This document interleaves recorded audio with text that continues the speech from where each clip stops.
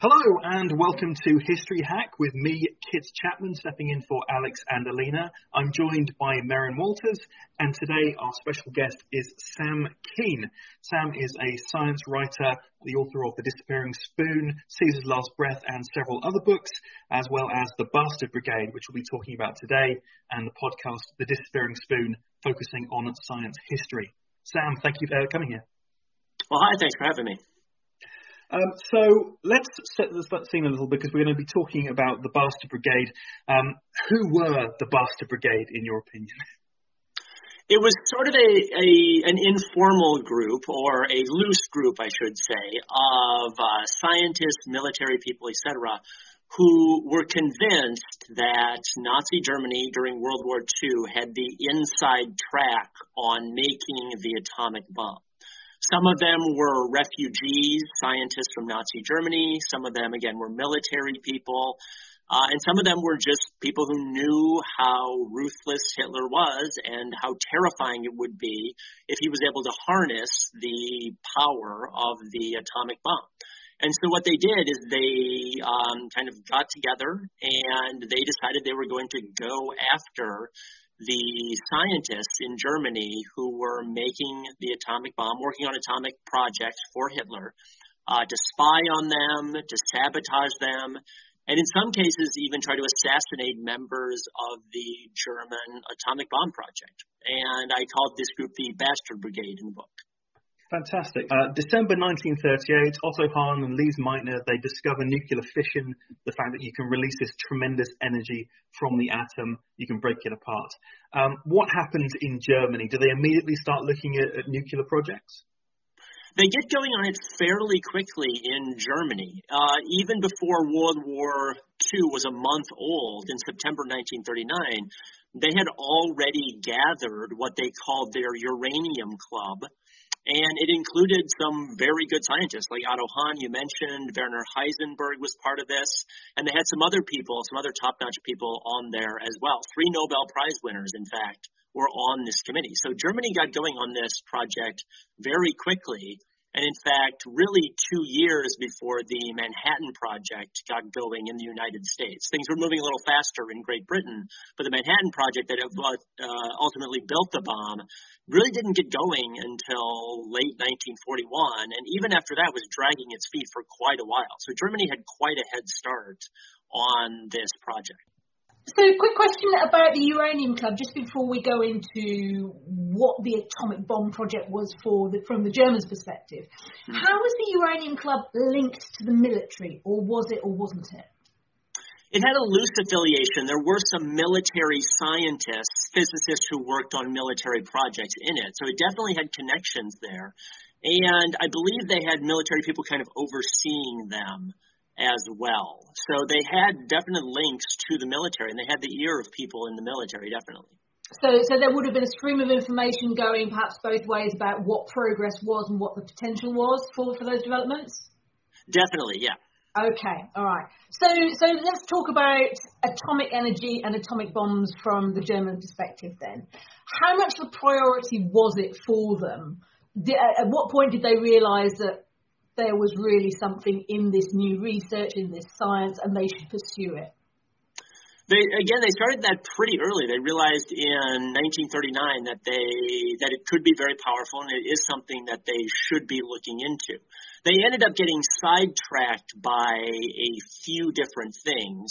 One of them that I mentioned in the book was the fact that in the Manhattan Project, especially when they were trying to build the first reactors, so not the bomb itself, but a reactor to kind of help them understand generally the atomic process and get some numbers, some parameters, things like that. One of the scientists, frankly, made a pretty bad mistake, and he underestimated how good graphite was for this process. So in the Manhattan Project, they used graphite to make the first full-fledged reactor. In Germany, they made a mistake, and they said that graphite was actually no good for that. So they got sidetracked on a project where they had to use heavy water, And that ultimately ended up being a detriment for them because they had no ability to produce heavy water in Germany. They had to go to a place in Norway, which was vulnerable. It was in another country. They exposed themselves to a bunch of sabotage, etc. So that was kind of one thing they got sidetracked on. And the other thing was the scientists there in Germany were kind of arrogant, frankly, and they didn't feel the same sort of time pressure that the scientists on the Allied side did. Because the Allied scientists knew how good the Germans were, and they were really pushing. And that was part of the reason they worked so maniacally hard on the atomic bomb, was they felt that kind of fear of Germany looming over them all the time. From the other side, from the German side, they figured, well, we're the best scientists in the world. If we can't get it, no one will. So they didn't really push as much as they might have had they actually, frankly, taken the American and British scientists seriously. So they didn't push as hard as they would have. But something I talk about in the book that's really interesting is that the British and the American scientists didn't know that. They didn't know that the Germans weren't pushing as hard as they should.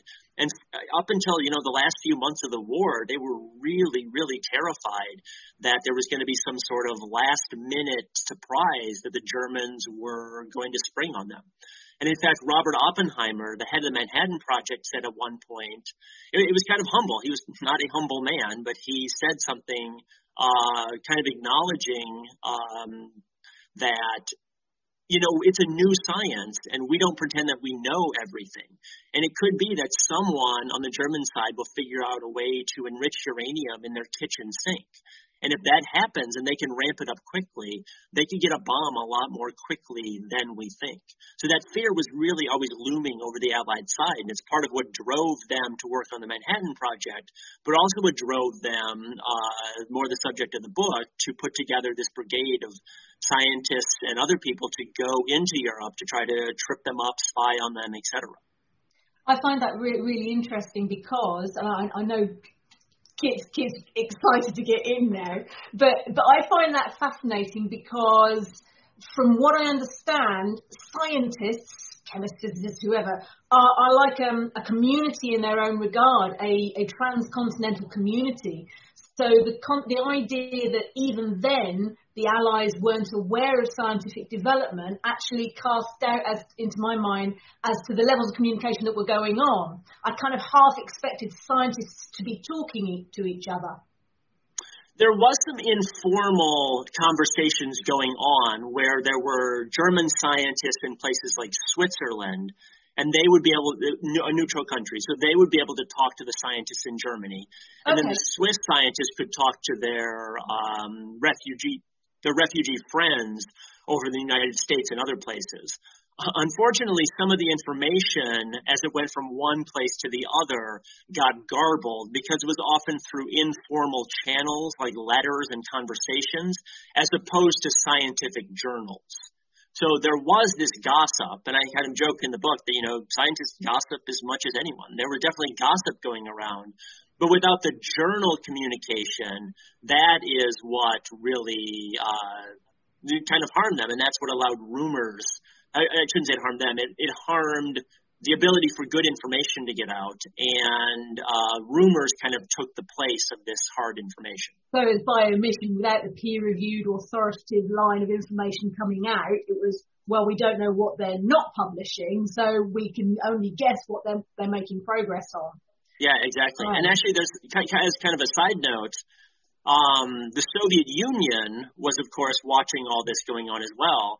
And one of their scientists famously figured out that there must be some sort of atomic project going on, especially among the Allied countries. Yes, he was kind of wriggling his fingers together because he realized that they had suddenly stopped publishing on uranium fission. And he said, it's the dog that didn't bark in the nighttime. Then he said, aha, that is a clue as to what's going on there. So, yeah, they were making those kind of second-order deductions as well.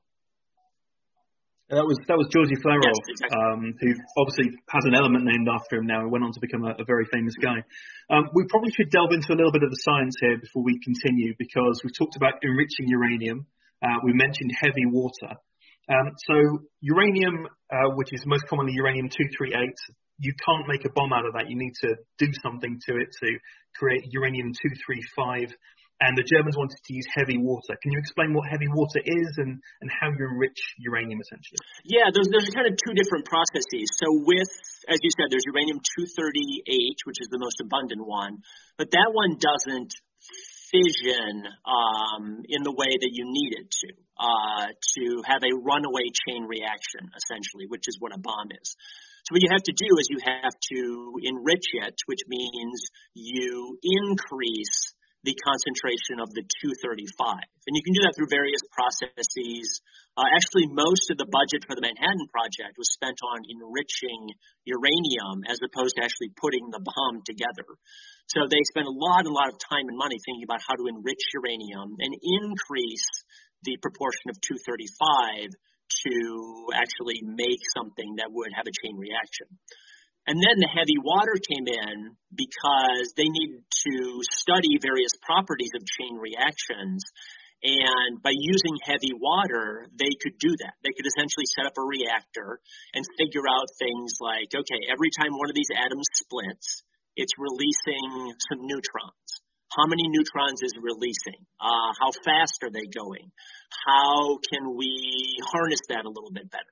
So the 235 was basically a way to study the reactions in detail and then figure out down the road how to put a bomb together from that. And what is heavy water exactly? Heavy water is a slightly different form of water. So all water, heavy or otherwise, has one oxygen atom and two hydrogen atoms. So the famous H2O. Yeah. But in heavy water, it's a little different in that the hydrogen atoms, most hydrogen atoms, have just a single proton in them. So they have a mass unit of 1 in relative terms. Heavy water has hydrogen atoms that have a proton and a neutron in them, a neutron just being another neutral particle. So in relative terms, they have 2 particles. They have a mass unit of 2, and so it's heavier. So heavy water is just a little bit heavier, has slightly different properties, and especially the important thing is that if you use regular water in an atomic chain reaction, the neutrons that really drive the reaction, that drive the chain reaction, will get absorbed. They will essentially die out. The chain reaction will die out if you use regular water. If you use heavy water, though, the neutrons do not get absorbed, and the chain reaction perpetuates itself. So heavy water is basically a way to allow the chain reaction to proceed as opposed to it fizzling out. Fantastic. So the Germans are looking at getting this heavy water from Norway. They're trying to enrich their uranium. How do the Allies find out exactly about what the Germans are doing? How does this Bastard Brigade start coming together? So what happened was basically, again, there were these rumors flying around about these experiments that Heisenberg was working on. One of them, for instance, uranium is actually quite a flammable substance. In addition to being radioactive, it actually burns fairly easily, especially in powder form. And they had an accident, for instance, at one of Heisenberg's reactors where something started burning, and this poor young technician ended up getting pretty badly burned. Through the rumor mill, this got around to Switzerland, got through some other people, went to the United States, where the Manhattan Project was, and the Allied scientists there thought, oh my God, he actually built a reactor. So that kind of fueled their fears, got them going, kicked things into high gear. They were also hearing through France about progress on heavy water, because there was only really one plant in the world at that time that was producing heavy water. It was kind of an obscure substance before Otto Hahn and Lisa Meitner figured out uranium fission. And then suddenly every scientist in the world wanted to get their hands on heavy water. So the Germans took over the part of Norway that had this heavy water production facility at it, and they walked in there one day. And I don't remember the exact numbers, but they were producing something like a few pounds of heavy water per year. And that was it. That was plenty to meet demand worldwide. The Germans came in and said suddenly, we want several hundred kilograms every single year, and we want a standing order for another 100 kilograms. I mean, they just month after month, they wanted hundreds of pounds of this stuff. And the heads of the plant realized that something was going wrong. So they got in touch with some of their investors who were people in France, a company in France owned part of it. And one of them happened to have connections with Frederic Joliot and Irene Joliot-Curie, Marie Curie's daughter and Marie Curie's son-in-law. And Frederick actually ended up meeting with them, the directors of this heavy water production facility, and arranging to smuggle all this heavy water out of Norway. It was kind of a daring operation early in the war to keep this away from the Germans. I think I've got the figures on that production. I made a note of them earlier because I went, gosh, that's a big increase. In 1935, they were producing 100 grams at a time. 1938, total annual production was 80 kilos, so for a bit. And by the end of 1941, 23 years later, they were producing 100 kilograms a month or more. So they've really ramped up production. Yeah. So we mentioned the Joliot-Curies, who were also Nobel Prize winners, very much into sort of radioactivity and that kind of stuff. Another scientist who sort of comes into the picture about this time is Leif Tronstad, and we start getting the Operation Genocide guys. Can you tell us a little bit of what happens there with the Norwegians?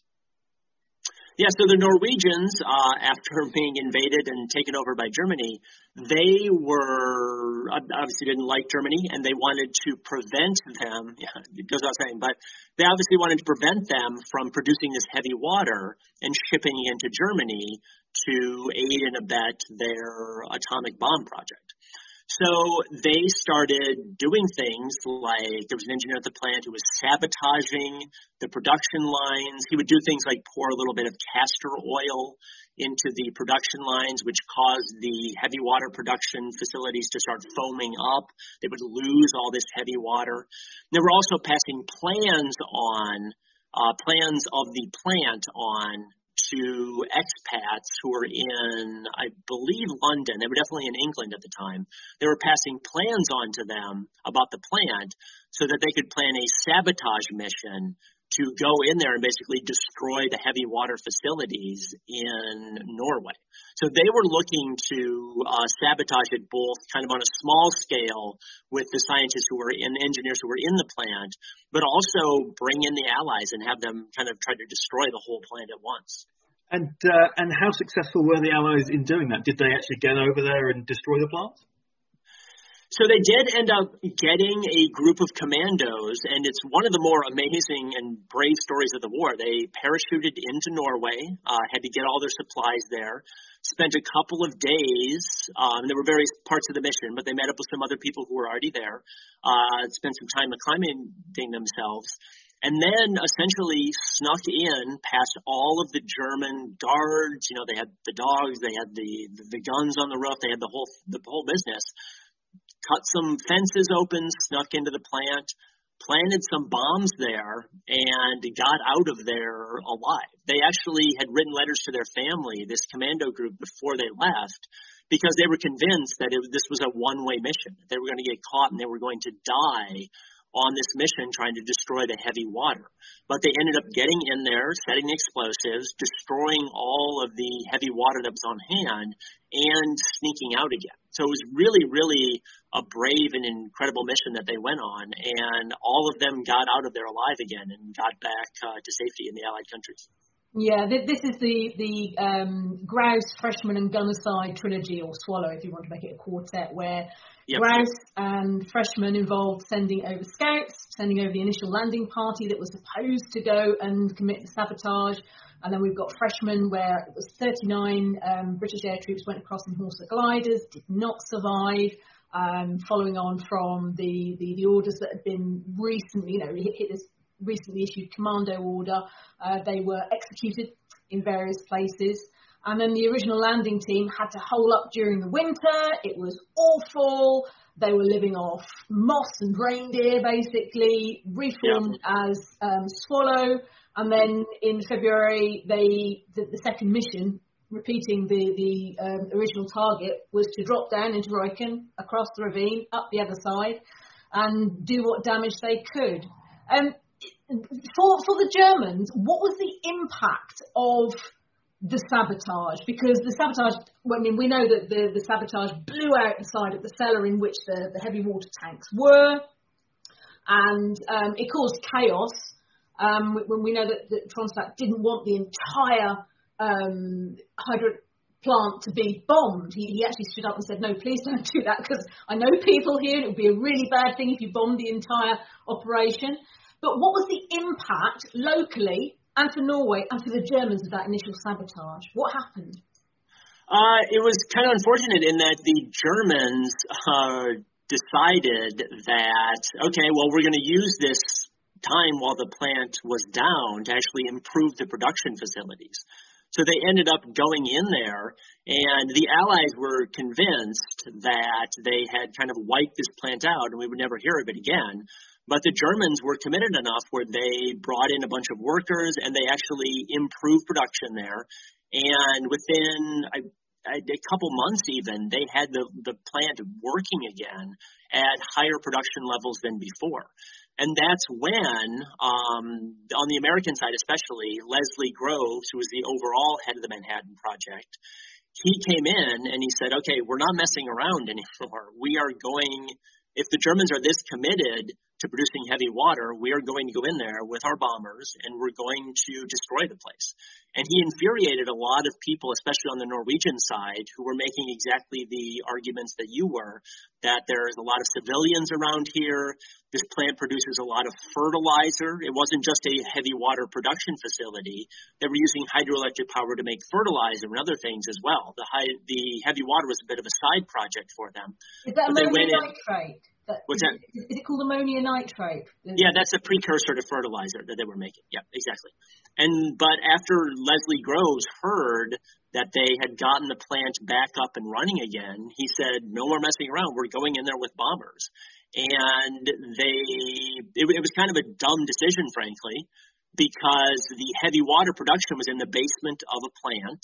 It was already kind of on this cliffside, so it was a hard target for a plane to hit.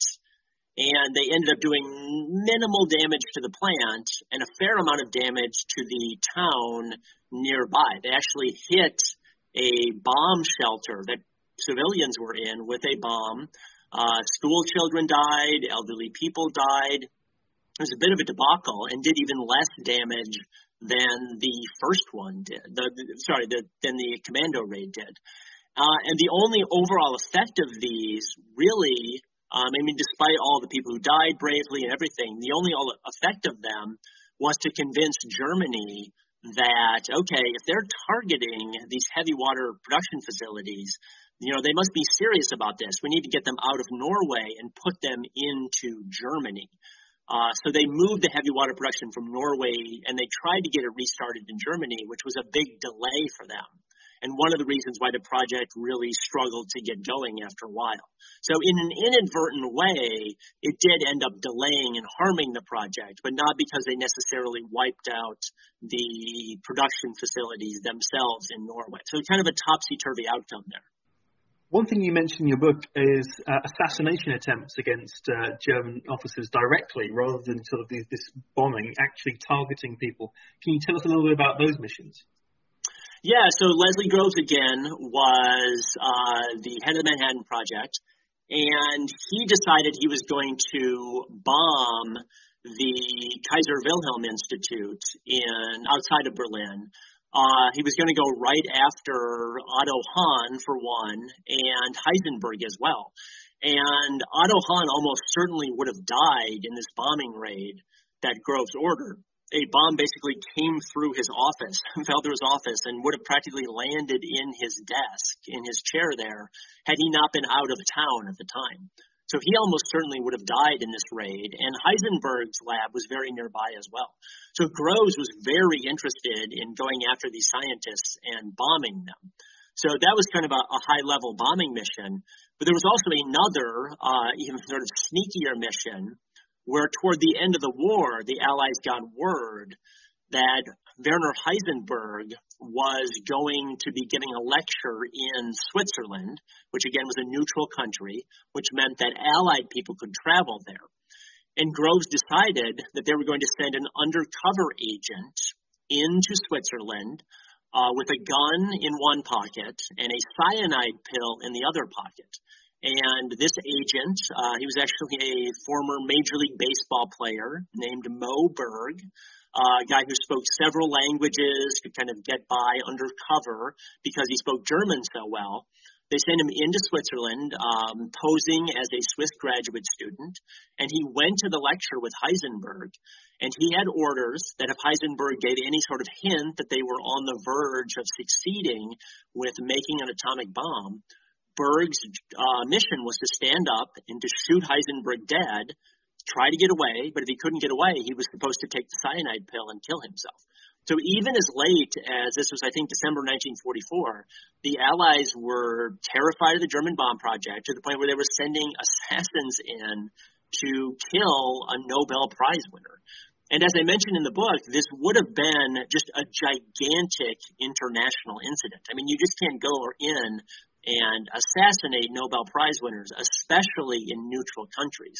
This is Mo Berg that used to play for the Boston Red Sox. Yep, Mo Berg. He played on several teams, Boston Red Sox most famously. Yep. Outstanding. Yeah. He lived an amazing life. He was friends with Babe Ruth. He used to travel around Japan, giving baseball lectures there. He was friends with Albert Einstein, for instance. He used to drop on Albert Einstein in Princeton.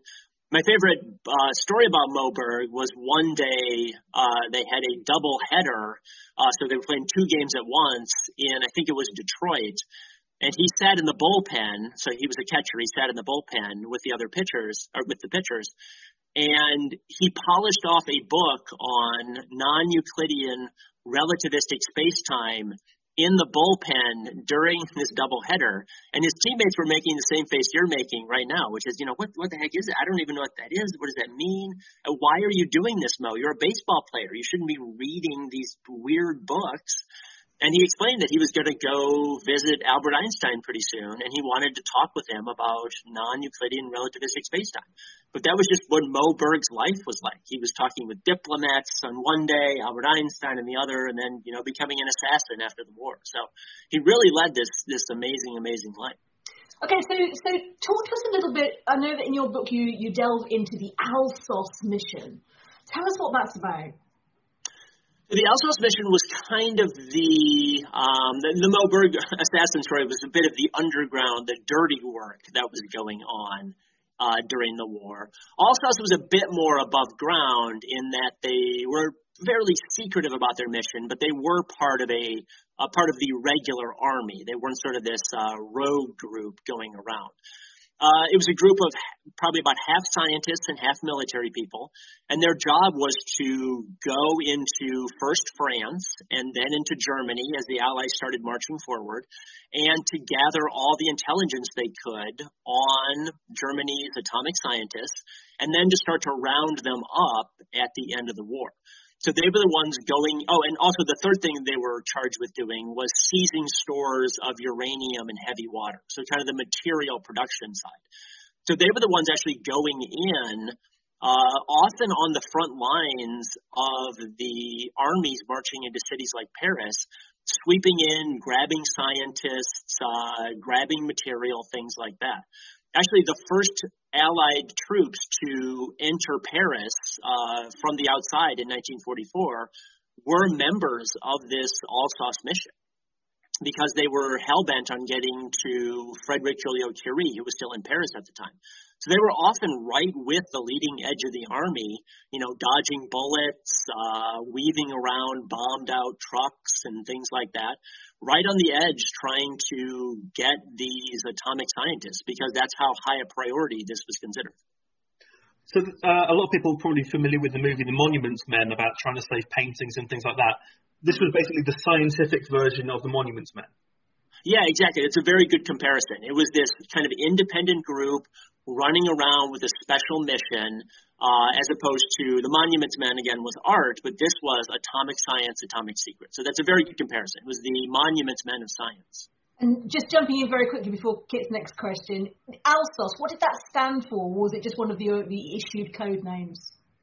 It was kind of a bit of an in-joke. It was the Greek word for grove. Yeah. And Leslie Groves was the head of the Manhattan Project. So some overeducated minion of his decided to make a pun in multiple languages and call the mission the Grove Mission in Greek.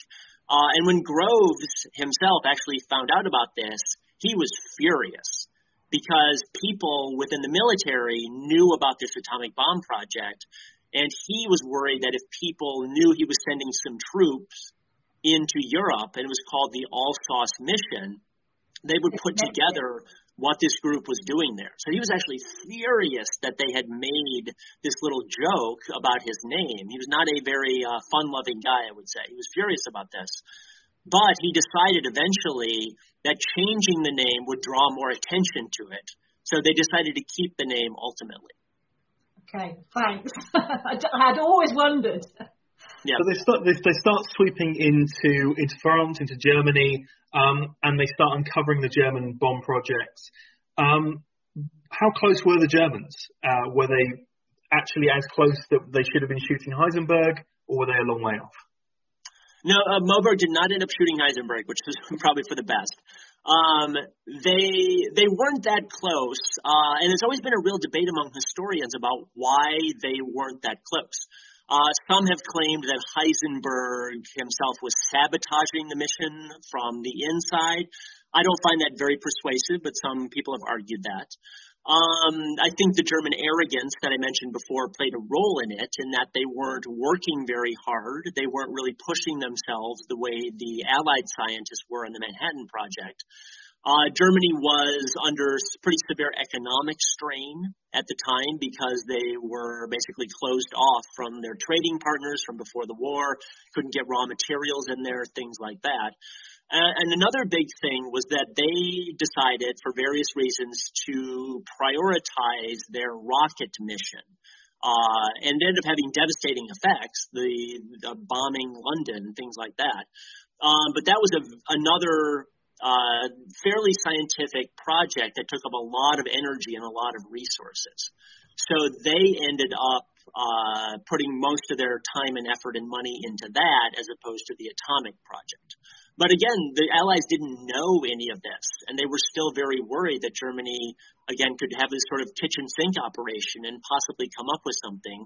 Or another big fear of theirs was that Germany would just start producing radioactive materials in reactors and then start spreading that radioactive material on the beaches of France, for instance. So when the Allies on D-Day actually went in and started the land invasion in Normandy, there were groups running around with Geiger counters there, and they had special orders to look out for radioactive material because they feared that Germany, with just a little bit of radioactive material, could basically keep the Allies off the continent and prevent the invasion from happening. This is fascinating, the idea that the Allies are really pursuing this idea of we don't know what they're doing, so they must be doing something. And that there's no counterintelligence coming out of Germany to dispel that theory. Actually, it's kind of interesting. So I focus a little bit more on the American side because they were the ones who were kind of in a tizzy about this whole thing.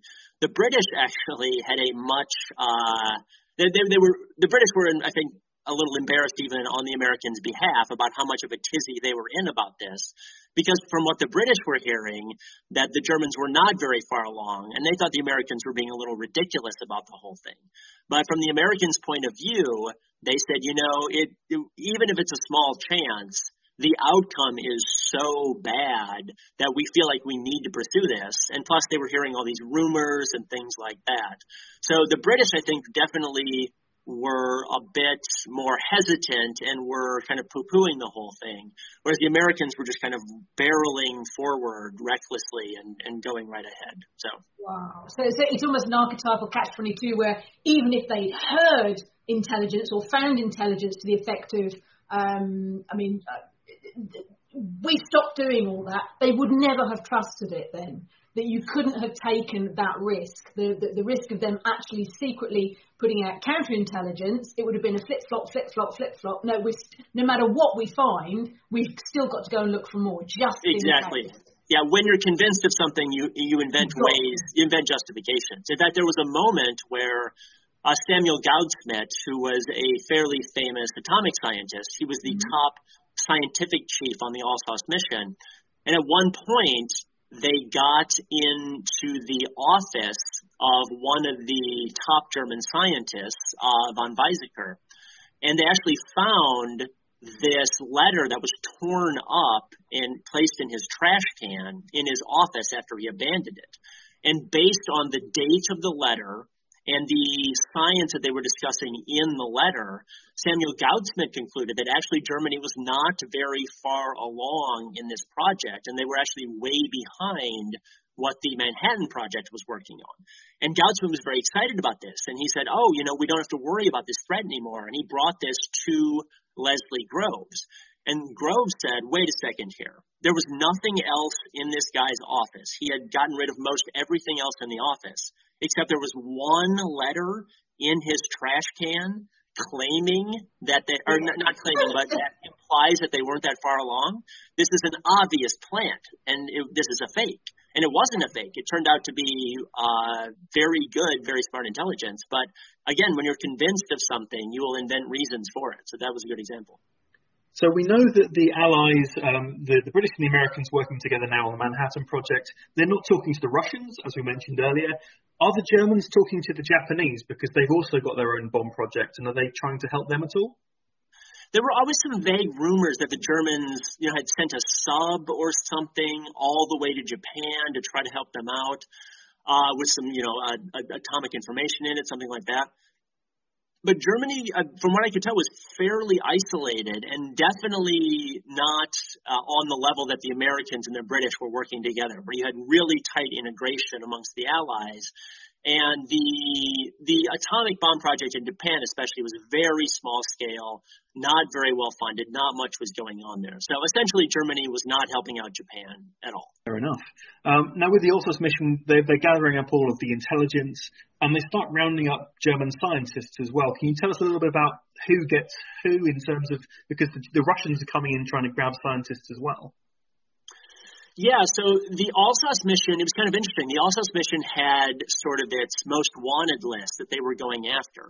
And they ended up grabbing all the top scientists. So you had people like Otto Hahn, you had von Weizsäcker, you had Heisenberg, who was the last one to be captured, you had Max von Laue. So they really got their hit list of all the top people. And they famously brought them to Farm Hill, the estate in England, and kind of kept them there for the remainder of the war. Whereas the Russians swept in from the other side, coming in from the east, and the Russians really targeted kind of the lower level technician type scientists. And they ended up essentially kidnapping a bunch of them, bringing them back to the Soviet Union, and putting them to work on their crash atomic bomb project. So I think the Soviets probably would have gone after the top German scientists had they been able to get their hands on them. But they, as a consolation prize, they got a lot of the younger, maybe even the harder working people, brought them into the Soviet Union and put them to work.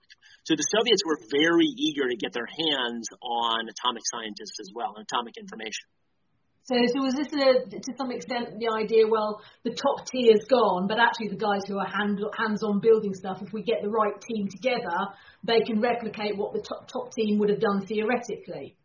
Yeah, exactly. That's what they were trying to do. And it actually, in some ways, ended up working out better for them, because the Soviets, based on the fact that they were spying on the Manhattan Project, especially at Los Alamos, they knew a lot of these sort of top-level stuff. And I think that's a bit of a misconception a lot of people have about the atomic bomb, was that there was no sort of, as Samuel Goudsmit sort of mocked this as, there's a secret formula on a blackboard somewhere. And if someone just breaks into the room and sees the secret formula, then they'll know how to make a bomb. All of the sort of scientific information about how to make a bomb had been published before the war. So there was no secret about the scientific side. It was the technical side. It was the engineering side that was the real challenge there. And so for the Soviets getting their hands less on the top scientists and more on the technicians and lower level people, that actually ended up giving them a fairly big boost and a good jumpstart on their program. I think the only thing the Allies really had secret was plutonium, which no one else had. But in terms of the German project, the uranium stuff that they actually did, was that useful after the war? Was that something that the Allies incorporated into their own projects going forward, or was this sort of a dead end and then abandoned? It wasn't so much a dead end and abandoned. It was just that the Germans didn't know as much as the Allies did. There was kind of a funny moment toward the end of the war. It was actually very poignant. So Goudsmit, the scientist that I mentioned, Samuel Goudsmit, to me was kind of the emotional core of the book in that I take a lot of scenes from his point of view, things like that. And all the while he was hunting down the Germans, he was actually trying to find his parents who were in a concentration camp in Germany and trying to save them this whole time. So he had kind of this double mission going on. And he actually knew Werner Heisenberg from Europe from before the war. So they'd actually been good friends. And Heisenberg had met his parents. He'd stayed at the Goudsmit's house. He knew his parents.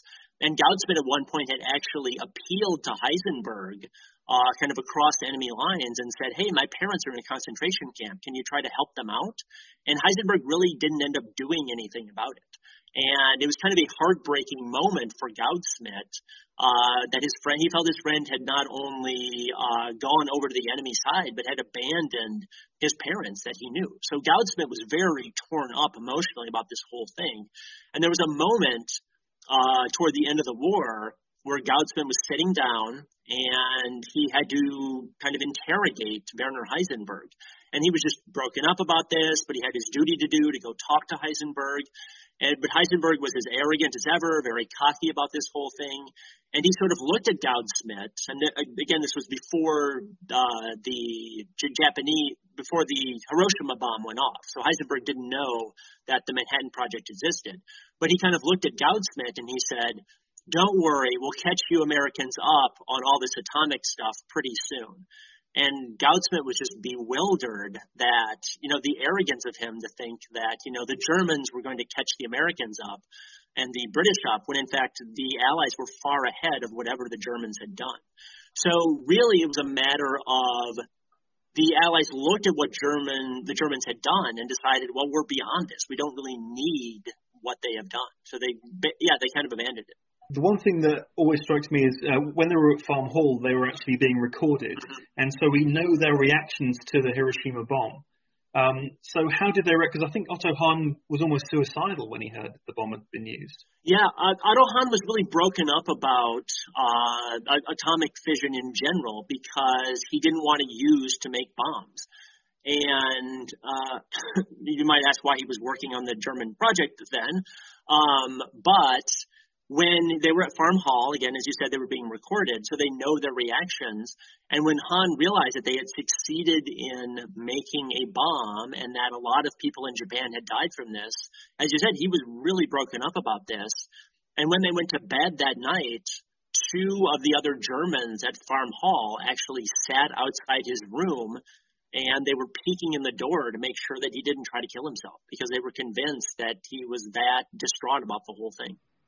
Their input, their scientific input, would have been formative in the plans that ended up killing hundreds of thousands of people. Yeah, exactly. Hans was basically thinking something I discovered, my discovery, led directly in only 6 years to these horrific bombs that not only killed a lot of people, but that could threaten the future of humankind because they were so big and so powerful. So I'm curious as to, you mentioned that a lot of this science was widely available before the outbreak of the war. The way to actually create a nuclear bomb, that was well known. Was there any research that you couldn't get access to while you were putting this book together? I'm always curious about that. There wasn't, I guess I should clarify one thing. When I said that the science was available, the science of how to make a chain reaction, how to do that. as opposed to the physical act of putting a bomb together. So again, that was what I was talking about as the sort of, and just wanted to make sure I was clear on that. Yeah. There wasn't a ton at this point. Some of the details about how to put a bomb together are still confidential. Good. Yeah. That's kind of a good thing, I'm thinking. I guess so, but it's a little silly. No one is making bombs at low level nowadays. Uranium bombs are a little passe now. Everyone's using plutonium. I guess it's a good thing. But it seems a little ridiculous to me, but okay. But yeah, there are some parts about the actual making of the bomb that are still top secret. And one of the reasons I think it's so ridiculous is that the amount of work it would take to, again, enrich the uranium, it's a vast, vast amount of work. It's not a matter of just getting your hands on, a couple pounds of natural uranium ore and then you have a bomb. It takes ridiculous amounts of work to enrich uranium. So it's not something you can just make in your kitchen sink like Oppenheimer was claiming. That turned out not to be the case. But anyway, as to your question about stuff that I couldn't get my hands on, about the missions, not so much.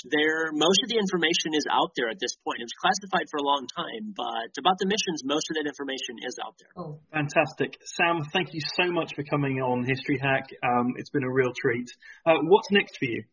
I am still working on my podcast, and I actually have a book that's coming out this summer called The Ice Pick Surgeon. Basically, it's a collection of tales about scientists who got so obsessed with some topic that they went way too far in pursuing it, trampling ethical boundaries, often committing crimes even in the name of science. So it's kind of marrying the illicit thrill of a true crime tale with all the stories of scientific discovery. So I'm very excited about that book. Well, we'll look out for it. That sounds great, Sam. Thank you so much. Thanks for having me. You can help us at History Hack by joining us via Patreon. It takes quite a lot of effort and a lot of work of quite a big team now to keep us going. And so if you could donate as little as £3 a month, it would be massively appreciated by all of us. There's different levels because Princess Marcus has set it all up with varying rewards and things. So do have a look, do join us. There's an exclusive Facebook group as well, and you can be part of all of it. When our guests join us to talk about their work and their new book, the 45 minutes or so they spend with us is just a taster of all their efforts. So to this end, we have launched our very own bookshop on bookshop.org, where you can find our guests' latest and greatest books. You can support them and you can support History Hack too. 10% of every sale via our bookshop supports the podcast and allows us to keep at it and bring you more amazing guests. You can find our bookshop at bookshop.org/shop/hack history, or just search on bookshop.org for us under the shops bit. Thank you for your continued support, and here's to your next great